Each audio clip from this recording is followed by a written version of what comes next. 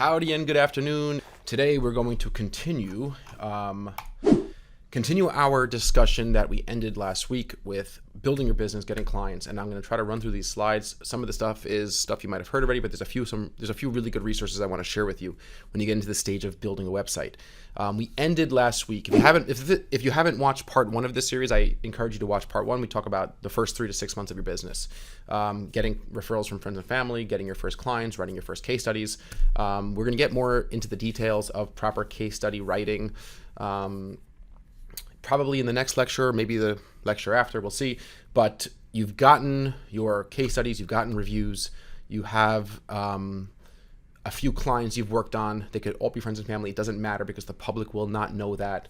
And you're now ready to develop a very high quality professional online presence. And we ended last week's lecture by talking about how so many of you, so many websites, not you necessarily, but so many websites I've seen fall so far below the benchmark of professionalism and quality that's necessary to make a positive impact and to sign deals, especially if you want to start advertising through Facebook ads and through Google ads.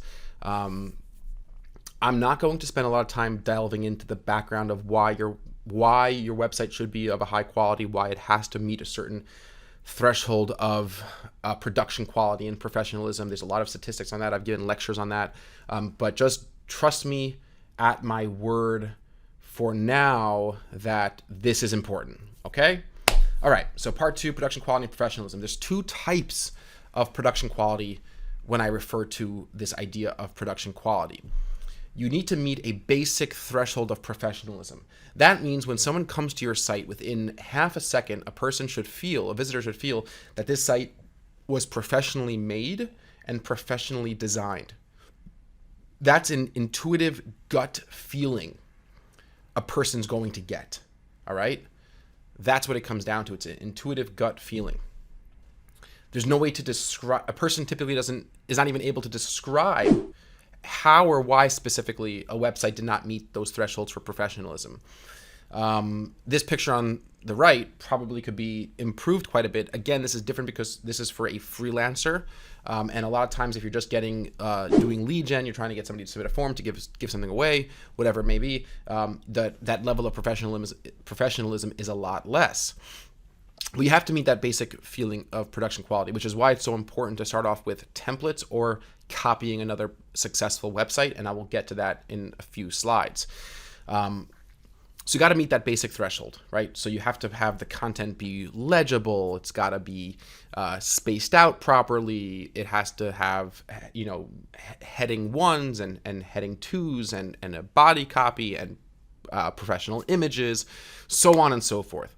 Now, the second level of professionalism and production quality is it appropriate for your brand and what you're selling? Now, a company selling surfboards doesn't have to and shouldn't look exactly like a company selling baby grand pianos. There should be a different feel. A company selling surfboards should have a feeling of casual, laid back culture, whereas a company selling $100,000 grand piano should have a feeling of luxury and complexity and richness to it. So you have to think about that. Now, in our industry, if you're an agency and you're trying to get clients to pay you for your skill, your creativity, your intelligence, your knowledge, we have a high level of production quality. Our threshold for production quality is pretty high. It's got to look good, especially because there's a lot of other sites that your prospects will be evaluating that look really, really good. So you need to do a good, now you don't have to look the same, but you have to meet the same feeling of, oh, this is legitimate. It could be total. I'm going to show you a few websites soon that have totally separate designs, but they all meet that level of professionalism and production quality. Like, oh, it's legit. So that's super, super important. Now, keep that in mind as you evaluate websites, as you think about your own website, because if you don't know the core basic elements, it's going to be very, very hard for you to even hire somebody who's affordable, because you're going to have to provide direction on how the site should look, and you should be able to know if it looks off. Now, what are the elements that lead to production quality? So to me, there's 3 things. Design, which refers to the color scheme and to the spacing and to the images used, and to the iconography, and to the size and placement of the call to action blocks, background images and video, all those elements is sort of part of design, and design is a big part of production quality. In fact, design is the first thing a person is going to emotionally evaluate the moment they land on your site. So you have to keep in mind that the design has to be top notch. The layout, that refers to navigability, how many different pages you have on your site, where your information is structured. Is it easy to find what you're looking for? Does the site feel complete?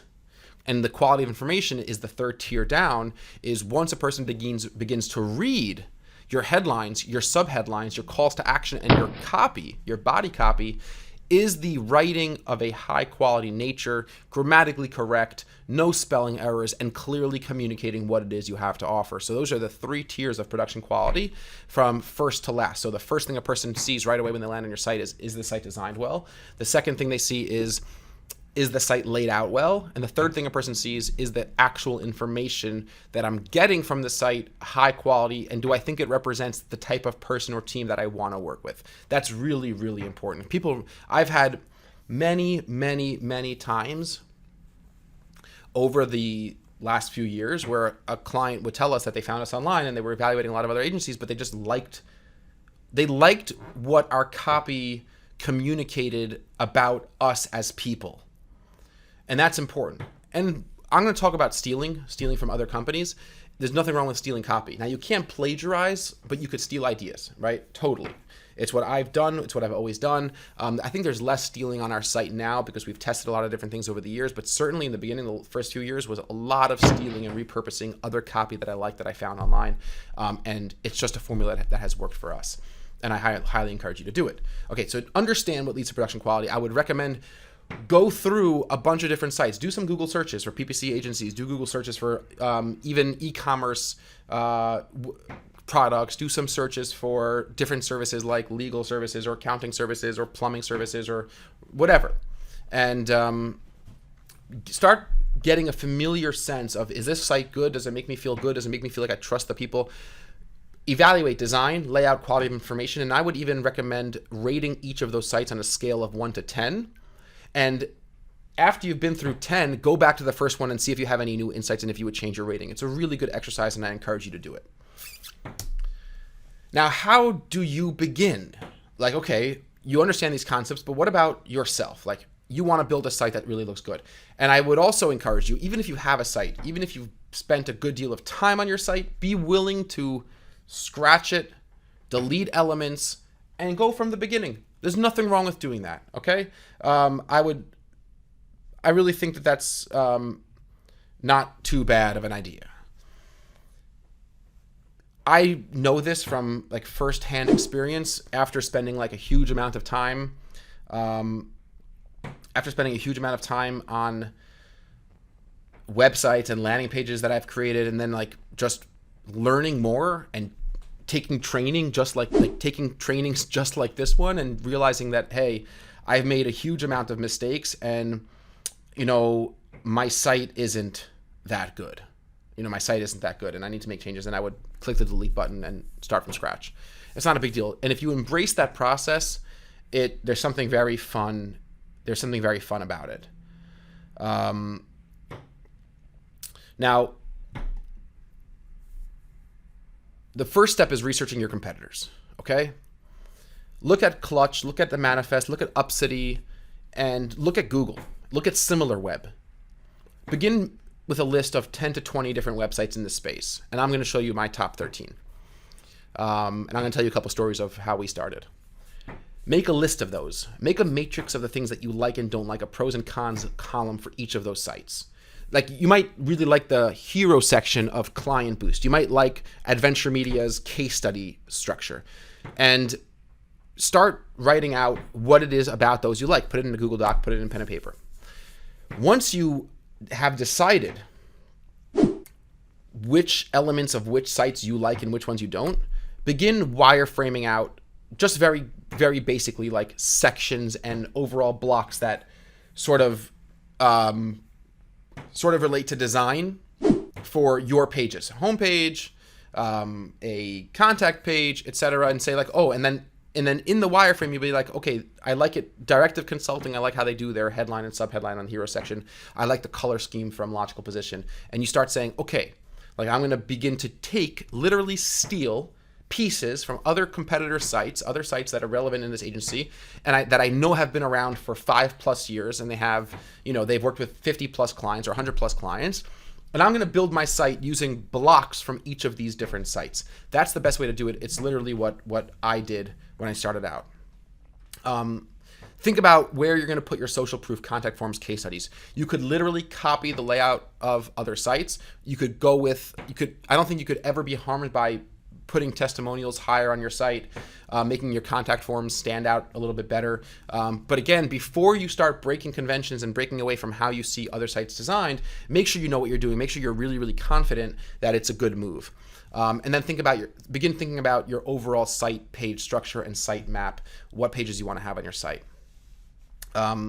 So like this idea of stealing it might like rub you the wrong way. It might seem like something you don't want to do, but like, okay, maybe it's not something you want to do, but it's certainly something that I did starting out, and it was what was good for me. It was what worked for me. I am not a web design expert. It's not my background. I'm a psychology. I have training in psychology and art, and I don't really know how to design a website well, so I'm just going to copy. So I copied. And then there was a time where literally I copied our homepage. It was like a sidebar layout with the contact form on the right-hand side, and there was like a hero section in blue, whatever. Like I really copied it, like most of the homepage pixel for pixel. I even used some like Google Chrome plugin to measure the height of the menu bar and to measure the width of the content container. And I use a CSS Google Chrome like inspector or some plugin up here to get the text size and the actual font used and the colors. I copied, and there was nothing wrong with that. Not only was my conversion rate most likely significantly improved as a result, it taught me a lot about web design. Because by copying sites that are legitimate, again, of course, you have to be copying sites that are getting business, and you should be able to get a sense by looking at the top digital agencies that you see all the time, and looking at the different aggregator sites like Clutch, etc. You should be able to get a pretty good sense of what types of companies are doing business through their websites and which ones aren't.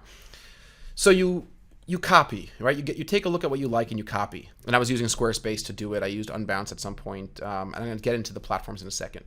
Okay, but that's what you do. You start taking a look. Now, I've made a list of 13 sites that I think you could start taking a look at. And these are ones that I've looked at all of these over the years. And in the beginning, before we did more of a custom redesign of our site, which we have now, I copied from them. So White Shark Media, Logical Position, Disruptive Advertising, Directive Consulting, Adventure Media. By the way, if you like anything on our site, let's go to our site. Feel free to copy. And I'm happy to. I would love to see. Show me. Send me if you copy from us and our layout or our structure. Send it to me. I'd be thrilled to see it. Okay, so there's nothing wrong with copying, and you could copy from us if you like what we have.